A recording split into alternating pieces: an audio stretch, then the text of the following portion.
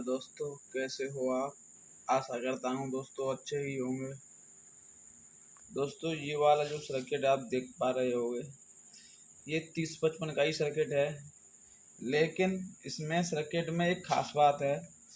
इस जगह पर जो आप देख रहे हैं, ये वाला जनरेटर डायोड, ये वाला थोड़ा जूम करके आपको मैं दिखाता हूँ। ये वाला जनरेटर डायोड जो लगा है, ये 9 वोल्ट का जनरेटर डायोड लगा है इस जगह पर। ये यहाँ से रेजिस्टेंस लगी है 2.2 के। इसके बाद यहाँ पर जनरेटर डायोड लगा है, प्लस वाला सिरा जनरेटर डायोड का इधर रहेगा और ग्राउंड से लगा हुआ है जनरेटर डायोड। अब इस जनरेटर डायोड से दोस्तों होगा क्या, यहाँ पर जो सप्लाई आएगी यहाँ से, यहाँ प्लस सप्लाई चलती है आपके एम्पलीफायर के अंदर, यहाँ से रेजिस्टेंस से थोड़ी सप्लाई ड्रॉप होगी। और जो जनरेटर डायोड क्या है, यहाँ पर आपको फिक्स 9 वोल्ट देखने को मिल जाएंगे इस जगह पर, क्योंकि ये ग्राउंड से 9 वोल्ट से ज़्यादा इस जगह पर जनरेटर डायोड बनने नहीं देगा, इसलिए यहाँ पर 9 वोल्ट मिल जाएंगे आपको फिक्स।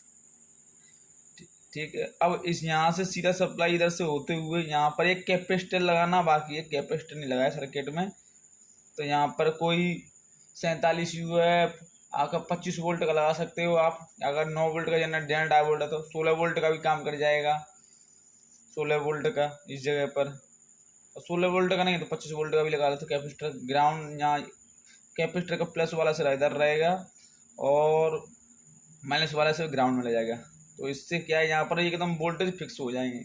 यहाँ की जो सप्लाई है, कितना भी वेरिएशन होता रहे, सप्लाई अप डाउन होती रहे, लेकिन इस जगह पर आपको फिक्स वोल्टेज देखने को मिलेंगे इस जगह पर। अब यहाँ से सीधा सब होते हुए यहाँ से ये यहाँ पर एक रेजिस्टेंस लगी है, ये वाली रेजिस्टेंस आप देख पा रहे हो 3 यहाँ से सीधा होते हुए इसके एमीटर आपस में जोड़ते हैं ये ड्राइवर ट्रांजिस्टर। तो इस जगह पर आपको 0.5 से 0.6 के आसपास वोल्टेज देखने को मिलेंगे इस जगह पर, जब भी आप मल्टीमीटर से चेक करोगे तो।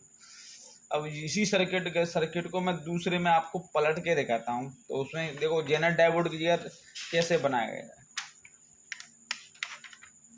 जैसे कि आप जीरा इनके एमीटर आपस में जोड़ते हैं, यहाँ पर 3 के 3 रेजिस्टेंस लगी हुई है और यहाँ से सीधी सप्लाई है। जो रेड कलर का प्रिंट आप देख पा रहे होंगे, यहाँ से 2 के 7 रेजिस्टेंस लगाई गई यहाँ से, और यहीं से एक रेजिस्टेंस लगी है, ये वाली ये रेजिस्टेंस लगी है। इसके द्वारा यहाँ पर रेजिस्टेंस का मेंशन नहीं किया गया, रेजिस्टेंस का प्रिंट मेंशन नहीं किया, लेकिन इस जगह पर यहाँ पर आप इसके द्वारा इस टाइप से बनाओगे तो आपको यहाँ पर वोल्टेज जब भी एम्पलीफायर चलेगा तो यहाँ का वोल्टेज कुछ फ्लैक्चुएट होगा, क्योंकि यहाँ पर एक फिक्स वोल्टेज नहीं रखा गया है इस जगह पर। इसलिए थोड़ा सा यहाँ पर वोल्टेज फ्लैक्चुएट होगा। जब भी एम्पलीफायर को फुल वॉल्यूम पे चलाओगे तो यहाँ पर वोल्टेज अप डाउन होता रहेगा, क्योंकि वॉल्यूम खोलने के साथ साथ ही एम्पलीफायर के वोल्टेज अप डाउन होना शुरू हो जाते हैं।